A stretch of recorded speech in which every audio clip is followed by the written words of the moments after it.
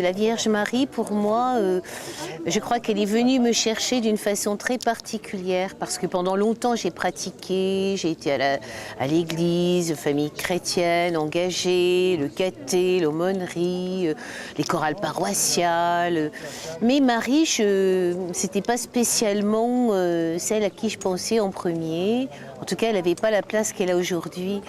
Et puis un jour, dans une animation, j'animais un rassemblement, j'étais dans le groupe de musique, et c'était un rassemblement protestant.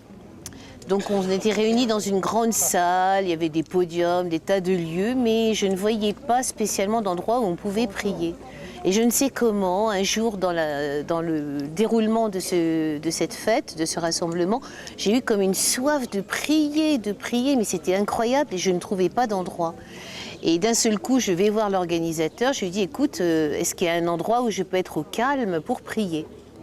Il me dit, bah, écoute, il n'y a rien ici. En revanche, si tu veux, il y a le local avec des valises et tout ce qu'on a. Si tu veux être là tranquille, vas-y. Donc je m'en vais et je cherche une croix dans le local. Évidemment, il n'y en avait pas. En revanche, il y avait un Magnificat.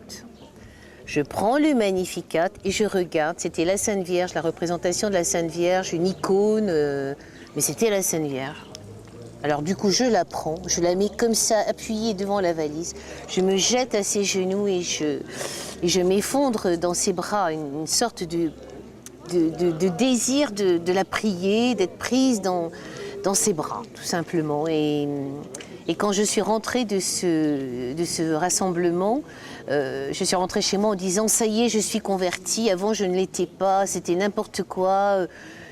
Je ne savais pas ce que c'était que le Seigneur, j'ai tout compris, j'ai rencontré Dieu, je disais même pas la Sainte Vierge.